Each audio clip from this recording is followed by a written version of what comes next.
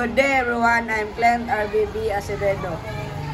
Ano ang ibig sabihin ng positibong pananaw batay sa karanasan ni Lisa sa kwento?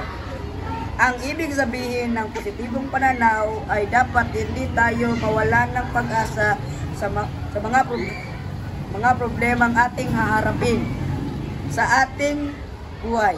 Kung tayo man ay nabigo, dapat pa rin tayong lumaban at huwag mawalan ng pag-asa. Kagaya ni Lisa, siya ay nawala ng pag-asa sa tulong ng kanyang mga magulang na pagtanto niya na hindi pa huli ang lahat para sumuko at siya ay lumaban sa kanyang mga problema. Okay. Good day everyone! My name is Lerna Salvestasa and I am Denise Lern P. Cleopas and we are the reporters for number 2. Paano nakakaapekto ang mga salita ng mga magulang ni Liza sa kanyang pag-uugali at pananaw sa buhay?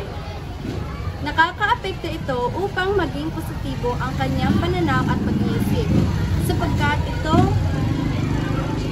ang mga positibong salita ng kanyang mga magulang ay nagbibigay sa kanya ng inspirasyon upang makapag-aral ng walang negatibong kaisipan.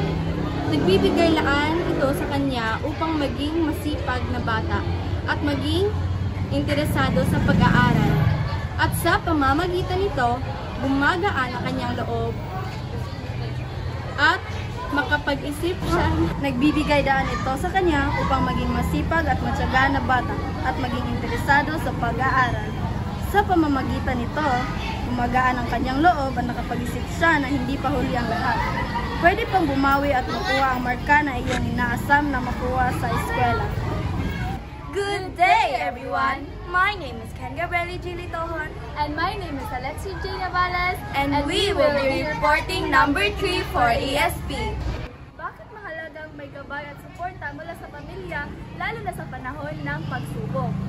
Upang matulungan nila tayo at masuportahan sa gitna ng ating pagsubok, gabayan sa bawat nating pagdesisyon at mabigyan tayo ng positibong salita na makakapagpatibay sa atin upang magpatuloy at hindi sumuko.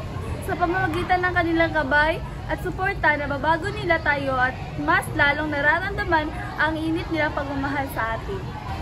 Answer number 2. Dahil makakuha ka ng pagganyak at inspirasyon kung alam mo na sinusuporta ka at ginagabayan ng iyong pamilya.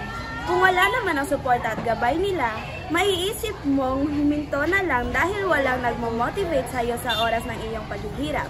Kaya nga, kailangan para makakapagpatuloy tayo sa ating buhay kasi alam natin na may nagagabay sa ating pang-araw-araw na buhay. Good day, everyone! Once again, my name is Lerna Salvestasa. And I'm Ken Gabrieli G. Litohon. And we are the reporters for number 4. So, kung ikaw si Lisa, paano mo pahalagahan ang tulong at pag-unawa ng iyong pamilya sa gitna ng iyong problema? Pahalagahan ko ito ang mga sinabi ng aking mga magulang sa akin dahil para ito sa aking ikabubuti. At ang mga sinabi ng aking mga magulang ay gagawin ko itong motibasyon sa aking buhay. At mahalaga din sa atin na makinig sa ating mga magulang dahil alam nila kung ano ang iyong gagawin at alam din nila kung ano ang tama o mali. Itatatak ko sa aking isipan ang mga sinabi ng aking mga magulang at gawing motibasyon ang mga simpleng salita na sinabi nila sa akin.